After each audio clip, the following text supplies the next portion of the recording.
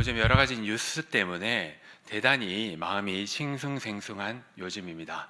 그래서 우리나라 대통령 얘기가 아니라 저는 미국 대통령 이야기를 하면서 설교를 하고자 합니다. 얼마 전에 미국 대통령 선거가 끝났습니다. 결과 여러분들 잘 아실 거라고 생각합니다. 이번 미국 대통령 선거는 4년 전에, 그러니까 지난번에 되신 분이 재선하지 못했고, 지지난번, 그러니까 8년 전에 당선된 분이 이번에 다시 선거에서 이겨가지고 내년부터 두 번째 임기를 시작하게 됩니다. 이 미국 대통령 역사를 보면요, 이렇게 8년 만에 대통령이 당선된 것도 대단히 오래간만이라서 이 소식 자체가 큰 화제거리였습니다. 그런데 이 소식만큼이나 화제거리가 하나 더 있었는데요, 바로 미국 기업들의 정치 자금 기부 현황입니다. 보통은요, 미국 주요 기업들은 이 양쪽 후보에 다 돈을 기부합니다. 그리고 미국의 정치자금법은 우리나라와 달리 상한선이 없습니다. 그래서 자기가 좋아하는 후보 정당에게 원하는 만큼 다 돈을 기부할 수 있다고 해요. 그래서 보통은 미국의 주요 기업들이요, 양쪽에 다 돈을 지급을 하는데, 이번에 선거에서 진 그 정당에 조금 더 많은 돈을 기부하고, 이번에 당선이 된 그 정당에는 돈을 좀 적게 기부하는 게 일반적인 관행이었다고 합니다. 그런데요, 그 주요 기업 중에 한 자동차 회사가 있습니다. 그 자동차 회사의 대표는요, 그 회사 돈도 아니고 자기 개인 돈을 엄청나게 많이 이번에 당선된 그 후보에게만 기부를 한 겁니다. 그래서 그 소식이 아주 많이 화제가 되었는데요. 결과가 어떻게 됐습니까? 자기가 그렇게 몰아준 그 후보가 당선이 된 거예요. 그래서 이 지금 자동차 회사의 대표가 어떤 대접을 받고 있을까요? 거의 지금 대통령 당선인의 가족처럼 대우를 받고 있습니다. 실제로 선거가 당선이 확정된 직후에 그 후보가 가족 사진을 찍었을 때도 이 사장이 함께 있었고, 그리고 장관 자리도 지금 보장을 받고 있고요. 주요 행정부의 장관 자리에 이 사장이 어느 정도 인사권을 개입을 하고 있다고 합니다. 그리고 이 사장이 이 자동차 회사뿐만 아니라 여러 회사를 거느리고 있는데, 많은 사람들은 아마 이 회사들이 이번 정권에서 가장 큰 수혜를 받을 것이다 라고 그렇게 추정하고 있습니다. 이처럼 권력을 잡는데 도움을 준 사람은요, 이렇게 큰 보상을 받게 됩니다. 자, 우리나라는 어떠할까요? 한 7, 8년 전에 우리나라에 개봉한 영화 중에 더 킹이라는 영화가 있습니다. 사실은 영화나 소설은 허구에서 기반합니다. 영어로 픽션이라고 하는데요, 사실이 아닙니다. 그렇지만 영화 소설은 어느 정도 세상을 반영하고 있다고 우리는 생각을 합니다. 그런데요, 이 더 킹이란 영화는 어쨌거나 검사와 정치권과의 어떤 어두운 거래를 조명하고 있습니다. 자, 검찰의 주요 요직에 있는 검사들이 있습니다.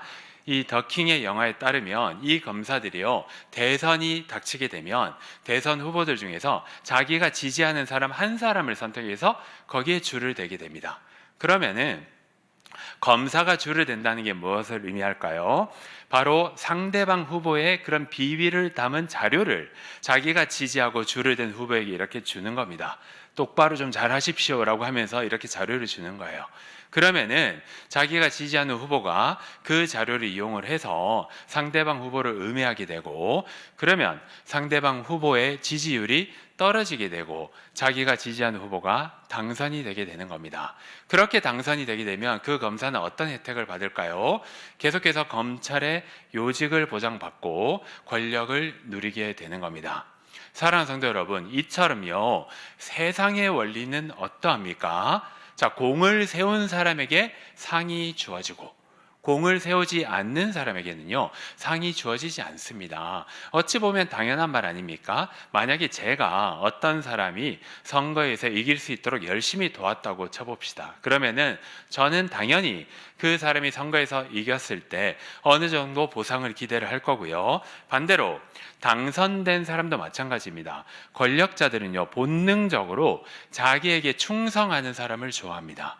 그렇기 때문에 자기의 당선을 도운 사람에게 권력을 나눠주게 돼 있습니다. 바로 이러한 것들이 일반적인 세상의 원리인데요. 바로 이러한 세상의 원리가 예수님의 제자들에게도 약간 영향을 미쳤던 것 같습니다. 자, 그 부분을 좀 살펴보고자 합니다. 예수님은요, 제자들에게 자신이 이 땅에 그리스도로 왔다고 가르치셨습니다. 그리고 제자들도 예수님에게 예수님은 그리스도이십니다 라고 고백을 했더랬습니다. 여러분, 이 말 뜻이 무엇일까요? 그리스도는요, 한마디로 왕이란 뜻입니다. 왜 그리스도가 왕입니까? 그리스도란 말이요, 구약의 메시아에서 왔기 때문입니다. 그리고 구약의 메시아는 이 기름 부음을 받은 자라는 뜻인데, 구약에서 기름 부음을 받은 자가 할 수 있는 일 중에 최고의 직위는 역시 왕이었습니다. 그래서 구약의 메시아는 왕을 뜻했고, 그리고 그 말과 똑같은 말인 신약의 그리스도도 왕이란 뜻입니다. 따라서 예수님은 이 땅에 왕으로 오셨다고 가르치셨고 제자들도 고백을 한 겁니다. 자, 그런데요, 제자들이 과연 예수님이 이 땅에 어떤 왕으로 오셨다고 생각을 했을까요? 이때 세상의 원리가 좀 개입을 했던 것 같습니다. 제자들은요, 예수님이 이 땅에 정복하는 정복의 왕으로 오셨다고 기대를 했습니다. 바로 지금 이 예수님 시대에는요, 이스라엘 민족이 독립국가가 전혀 아니었습니다. 로마 제국의 지배를 받고 있었고 로마 제국의 식민지 통치하에 있었습니다. 그래서 이 로마 제국으로부터 때로는 심한 고난을 겪고 있었습니다. 그런데요, 그때 예수님이 오셨습니다. 예수님을 따라다닙니다. 그리고 예수님께서 자기 자신이 왕으로 오셨다고 말씀을 하신 거예요. 그래서 이러한 것들을 종합을 해보면 자연스럽게 제자들의 마음속에는 예수님이 이 땅에 오셔서 이 로마 제국을 무너뜨리고 예수님만의 왕국과 예수님만의 나라를 세우는 왕으로 오셨다고 기대를 했을 겁니다. 이게 바로 정복의 왕인 겁니다. 그리고 당연히 제자들은요, 예수님이 그렇게 정복을 하고 나면 지금 정치 헌금을 한 후보에게만 이렇게 몰아준 그 자동차 회사의 CEO처럼 자기들도 좀 높은 자리에 올라갈 수 있지 않을까라고 기대를 했을 겁니다. 바로 그 기대의 내용이 오늘 본문 37절에 잘 나와 있는데요. 우리 다 같이 한번 화면을 보면서 같이 읽어보겠습니다. 시작.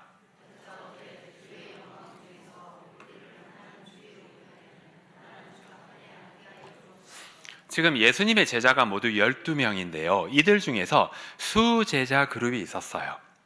그 수제자는 바로 3명인데요. 베드로, 야고보, 요한입니다.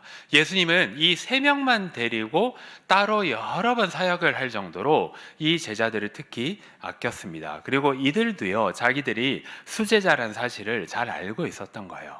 그래서 어떻게 보면 이 3명이 요즘 말로 예수님의 에이스였습니다.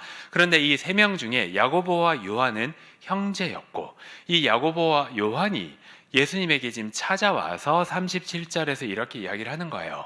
어떤 특정 시기가 되게 되면 우리에게 어떤 특정 혜택을 달라고 예수님한테 개인적으로 지금 청탁하고 있습니다. 자, 어떤 시기일까요? 여기 노란색 부분을 보시면 주의 영광 중에서라는 표현이 있습니다. 이게 그 특정 시기를 표현을 하는 겁니다. 바로 주님이 영광을 누릴 때란 뜻입니다. 자, 그렇다면 우리 예수님께서 언제 영광을 누린다고 이들은 생각을 했을까요? 이들은요, 예수님이 이 땅을 정복하러 오셨다고 생각을 했기 때문에 당연히 예수님이 로마 제국을 무너뜨리고 왕 위에 올랐을 때 영광을 누린다고 생각을 했을 겁니다. 그래서 예수님이 이 땅의 왕이 되었을 때란 뜻이에요. 그러면은 이들이 예수님이 왕이 되었을 때 어떤 혜택을 원했을까요? 주황색 부분을 보십시오. 하나는 주의 우편에, 하나는 좌편에 앉게 해달라고 요청을 합니다. 이거는요, 고대의 왕의 집무실을 생각하면 금방 우리는 이해할 수 있습니다. 고대의 왕의 집무실은요, 한 가운데 왕이 앉아 있었습니다. 그리고 왕의 오른편에 최고 권력자가 앉아 있었고, 왕의 왼편에 그 다음 권력자가 앉아 있었어요. 그리고 왕의 오른편에는 때로는 왕세자가 앉아 있던 적도 있었답니다. 그러면은 왕의 왼편에는요, 최고 권력자인 총리 같은 사람이 앉아 있었을 겁니다. 지금 이 이야기를 하고 있는 겁니다. 한마디로 지금 야고보와 요한은요, 예수님 나중에 기어코 예수님이 정복하시고 왕이 되시걸랑 자기들을 한 명은 총리 대신으로 그리고 한 명은 장관으로 삼아 주시옵소서라고 지금 청탁하고 있는 거예요. 사랑하는 성도 여러분, 지금 이 제자들의 요청을 우리가 어떻게 이해해야 할까요? 한편으로는 아주 약간은 이분들에게 긍정적인 측면이 있습니다. 왜 그렇습니까? 그만큼 이 제자들은요, 지금 예수님을 누구로 알고 있다고요? 왕으로 인식하고 있다는 거예요. 그래서 한편으로는 약간의 칭찬받을 만한 행동이 있지만 제가 볼 때는 이 제자들의 행동은요, 꾸중 들을 일이 훨씬 더 많습니다. 왜냐하면 이들은 세상적인 원리의 지배를 받아가지고 예수님이 이 땅에 어떤 왕으로 오셨는지를 오해하고 예수님이 이 땅에 정복하는 왕으로 오셨다고 생각을 하고 있기 때문에 그렇습니다.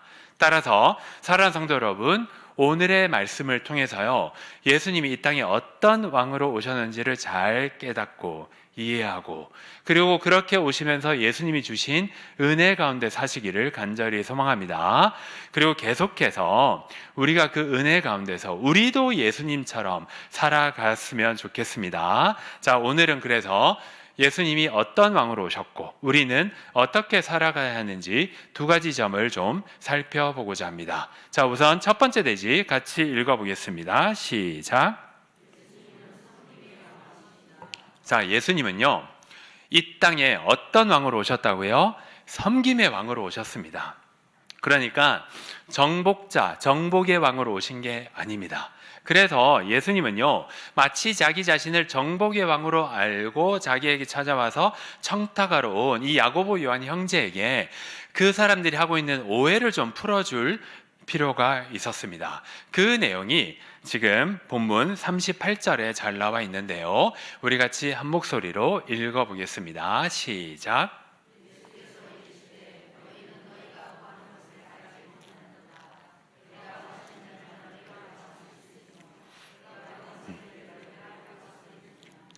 자, 지금 예수님은요, 먼저 노란색 부분을 보십시오. 너희는, 그러니까 야고보 요한 형제는 너희가 나에게 청탁하는 것을 잘 이해하지 못한다고 이야기를 하는 거예요. 이 말은 너희가 행한 청탁 자체가 잘못됐고 너희가 지금 나에게 했던 그 청탁 자체가 오류가 있다는 거예요. 무슨 오류가 있습니까? 예수님을 정복하는 왕으로 생각하는 큰 오류를 저질렀다는 겁니다. 그렇다면 예수님이 이제 오해를 바로 잡아야죠. 예수님은 이 땅에 정복하러 오신 게 아니고 바로 섬기기 위해서 왔다고 지금 말을 하고 있는 겁니다. 구체적으로 섬김의 왕으로 어떻게 오셨냐면요, 우리의 죄를 사하기 위해서 고난당하고 죽음을 통해서 우리에게 섬기기 위해서 이 땅에 오신 겁니다. 지금 이제 그 설명을 하는데요, 두 가지 표현을 통해서 그거를 표현하고 있습니다. 주황색 부분을 보십시오. 첫 번째는 마시는 잔이고 두 번째는 내가 받는 세례인데요, 이것이 다 고난을 상징합니다. 자, 우선 내가 마시는 잔이라는 표현을 보겠습니다. 오늘 이 본문이 마가복음 10장인데요 조금 더 뒤에 가보면 마가복음 14장 36절 이하가 나옵니다. 거기에 보게 되면 예수님이 로마 군인에게 잡혀서 신문당하기 직전에 겟세마네 동산에서 하나님 아버지께 기도드리는 장면이 나옵니다. 그때 어떤 표현을 씁니까? 하나님 아버지, 내게서 이 잔을 옮겨가 주시고, 그렇지만 이것이 하나님 아버지의 뜻이면 그대로 두옵소서라고 하는 거예요. 그 말이 무슨 말입니까? 이제 예수님에게 닥친 이 십자가 고난과 죽음을 내가 피하기를 원합니다. 그런데 내가 그렇게 고난당하고 죽기 위해서 이 땅으로 부름받았다면, 그리고 그것이 하나님의 뜻이라면 제가 그 고난을 감당하겠나이다라고 고백하는 겁니다. 그래서 내가 마시는 잔이란 표현은요, 예수님에게 닥칠 십자가 고난과 죽음을 이야기를 하는 겁니다. 마찬가지로 내가 받는 세례도 비슷한 뜻입니다. 여러분, 신약 성경의 세례라는 말은요, 원래 물에 푹 잠기다라는 뜻입니다. 그런데 예수님 시절에 세례를 요단강가에서 이렇게 물에 푹 담궈서 세례를 했기 때문에 물에 푹 잠기다라는 표현이 때로는요 세례받다, 세례주다라는 뜻으로도 확장되어 사용이 된 겁니다. 그래서 이 표현은요 내가 받기로 예정된 물속에 잠김이라는 뜻입니다. 그러면 물속에 잠김이란 뜻이 무엇일까요? 시편에 보면 그 뜻에 관한 힌트를 우리가 찾을 수가 있는데요. 시편 기자들이 종종 자기 자신에게 엄청난 고난이 닥칠 때 어떤 표현을 쓰냐면 내가 폭풍에 휩쓸리나이다, 그리고 내가 물에 휩쓸리나이다, 이런 표현을 씁니다. 그래서 이 물에 잠긴다라는 표현도요 고난 가운데서 죽을 정도로 고난을 당할 때 이런 표현을 쓰고 있는 겁니다. 따라서 예수님께서는요 우선 이 제자들에게 너희가 지금 나의 뜻을 완전히 오해하고 있다, 나는 사실 고난당하고 죽음으로 너희들을 섬기기 위해서 이 땅에 왔다고 오해를 풀어주고 계십니다. 계속해서 우리 40절 말씀도 같이 한번 읽어보겠습니다. 시작.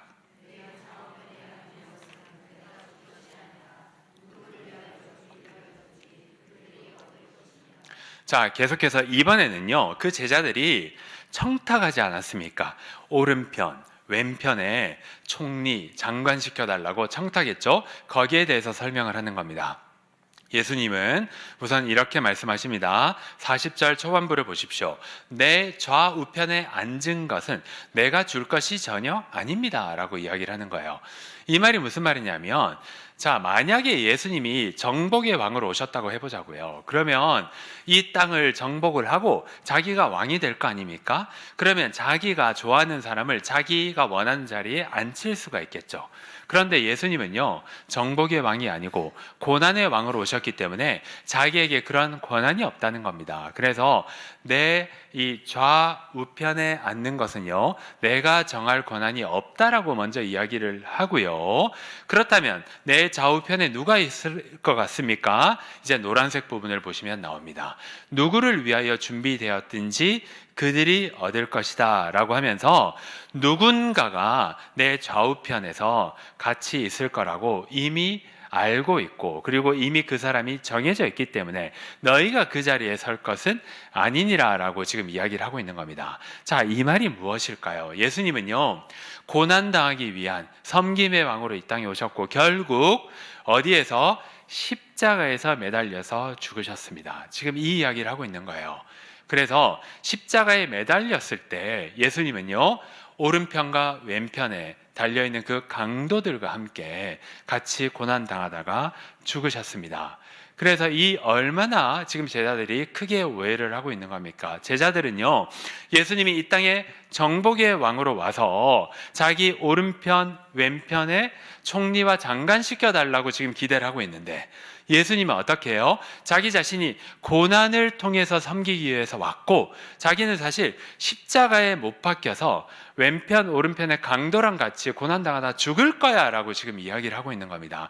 이 엄청난 차이가 느껴지십니까?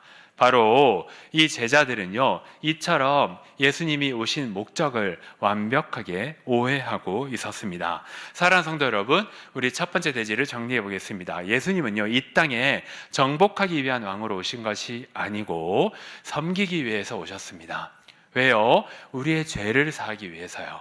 왜 우리의 죄를 사하시고 고통당하다가 예수님이 죽어야만 했습니까? 두 가지 이유가 있습니다. 하나는 우리의 죄 때문이고, 하나는 우리의 죄에도 불구하고 하나님께서 여전히 우리를 사랑하시기 때문에 그렇습니다. 원래 인간은 하나님과 사이가 좋았습니다. 그런데 우리의 죄 때문에 하나님과 사이가 이렇게 멀어지고 우리는 죄 때문에 죽을 수밖에 없는 운명이었는데, 그럼에도 우리를 사랑하신 예수님께서 자기의 유일하신 아들을 우리에게 보내서 우리의 죄의 문제를 해결하시기 위해서 그 아들을 죽기까지 고생시키시고 섬기도록 방치했다는 겁니다. 우리 예수님의 죽으심으로 말미암아 우리는요 우리의 죄가 사해지고 다시금 하나님과 관계가 회복되고 더 나아가서 죽을 수밖에 없는 운명이 무려 하나님의 자녀가 되는 놀라운 권세를 얻게 되었습니다. 따라서 사랑하는 성도 여러분, 연말입니다. 우리 연말에는요, 특별히 섬김의 왕으로 오신 예수님의 은혜를 묵상해야 합니다. 왜 그렇습니까? 이제 지금 대강절이 찾아오고 있기 때문입니다. 성탄절이 다가오고 있기 때문입니다. 예수님은요, 이 땅에 오실 이유가 1도 없는 분이었습니다. 그리고 이 땅에 오시더라도 고통당할 이유가 하나도 없는 분이었습니다. 죄가 없었기 때문에요. 그렇지만 이 땅에 가장 낮은 곳으로 오셔서 이 땅에서 가장 비참한 대우를 받으시고 가장 수모를 받으면서 죽으심으로 말미암아 우리를 죽기까지 섬기셨고 그 섬김의 은혜를 우리에게 마음껏 베풀어 주셨습니다. 사랑하는 성도 여러분, 올 한 해 어떻게 사셨습니까? 여러 가지로 괴로운 가운데 사신 분들이 많을 겁니다. 어떤 분은 너무너무 몸이 아파서 괴로웠고 지금도 몸이 아프실 거고, 어떤 분들은 마음이 괴로워서 힘들었을 것이고, 어떤 분들은 사업이 잘 안 돼서 힘들었을 것이고, 어떤 분들은 직장이 불안정해서 힘들었을 겁니다. 설교를 하는 저도 올 한 해 은혜 가운데 살았지만 내년 한 해는 어떻게 될지 솔직히 걱정도 많이 됩니다. 그렇지만 우리는 또한 내년 한 해를 살아갈 수가 있습니다. 왜 그렇습니까? 우리가 가지고 있는 이 고통보다도 훨씬 더 많은 은혜를 예수님께서 우리를 위해서 죽기까지 섬기심으로 이미 베풀어 주셨고, 내년 한 해에는 그 은혜보다 훨씬 더 큰 은혜 위에 은혜를 또한 우리에게 예비하셨기 때문에 그렇습니다. 따라서 사랑하는 성도 여러분, 예수님의 이 섬김의 은혜를 묵상하시면서 그 은혜 가운데서 푹 잠기시면서 매 순간 감사하시면서 은혜를 체험하시며 사시는 여러분들이 되시기를 간절히 소망합니다. 아멘. 계속해서 우리 두 번째 대지 같이 읽어보겠습니다. 시작. 자, 예수님은요, 정복하는 정복자의 왕으로 오신 것이 아니고 섬김의 왕으로 오셨어요. 그래서 그렇다면 우리는 어떻게 해야 합니까? 예수님이 섬김의 왕으로 오셨기 때문에 우리도 섬겨야 합니다. 바로 이 내용이 오늘 본문 42절과 43절에 잘 나와 있는데요. 우리 같이 한 목소리로 읽어보겠습니다. 시작.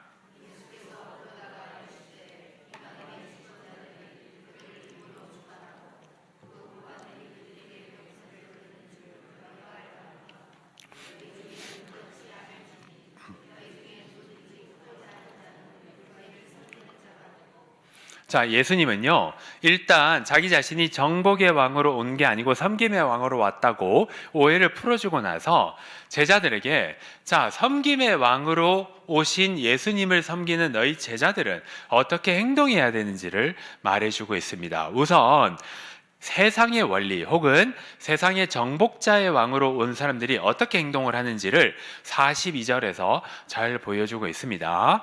한번 보십시다. 예수님이 이렇게 말을 하고 있습니다. 이방인의 집권자들이 그들을 임의로 주관하고 그 고관들이 그들에게 권세를 부린다고 이야기를 하는 거예요. 이거는 읽으시니까 어느 정도 이해가 되지 않습니까? 자, 세상의 왕은 어떻게 합니까? 혹은 자기 자신이 이 세상을 정복하고 왕이 되면요, 어떻게 합니까? 자기 마음대로 한다는 겁니다.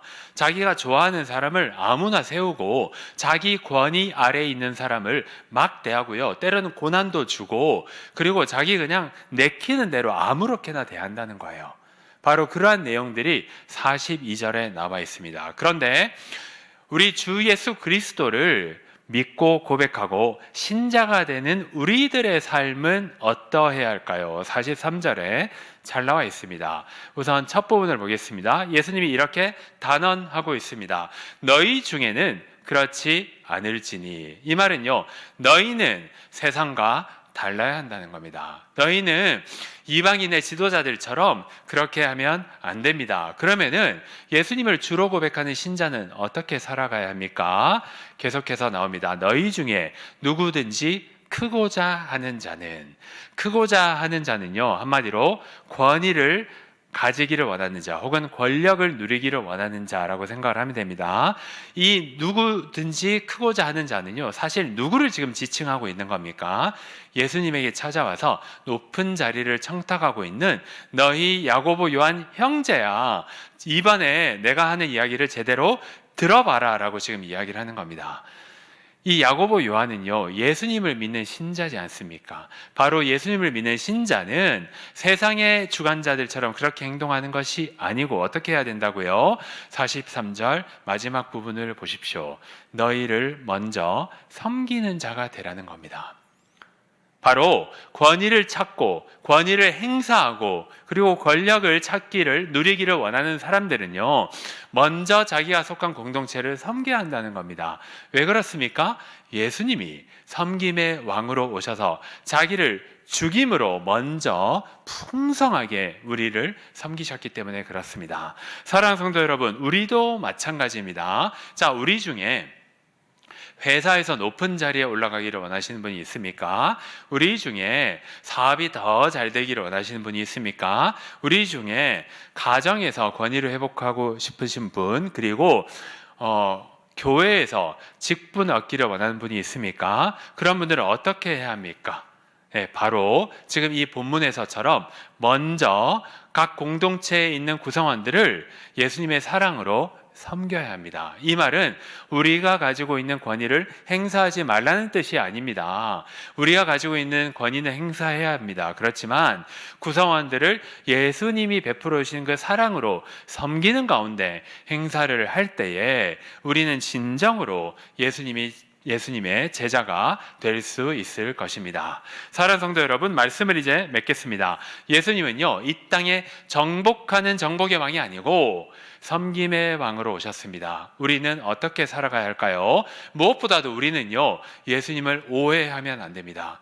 예수님을 오해하지 말고 예수님이 죽기까지 우리를 사랑하시고 섬기셨다는 그 사실을 잘 깨달으시고 우리가 아무리 힘들고 지치더라도 그 은혜를 묵상하면서 그 은혜에 감사하면서 또 내년 한 해도 부어주실 그 은혜를 기대하면서 살아가야 할 것입니다. 더 나아가서 우리는요, 우리 주변 모두를 사랑으로 섬겨야 합니다. 우리 주변의 이웃들을 사랑으로 섬기십시다. 그리고 우리 가족들을 사랑으로 섬기기를 원합니다. 그리고 더 나아가서 우리 교회의 형제 자매들을 먼저 우리가 사랑하고 섬기고 회사의 구성원들을 섬길 때에 우리 섬김의 왕으로 오신 예수님께서 우리에게 권위를 허락하여 주시고 또한 우리 남은 인생 가운데 그 은혜 가운데서 늘 풍성한 은혜를 체험하며 살 수 있도록 인도해 주실 것입니다. 바로 그러한 삶을 사시는 여러분들 되시기를 간절히 소망합니다. 아멘.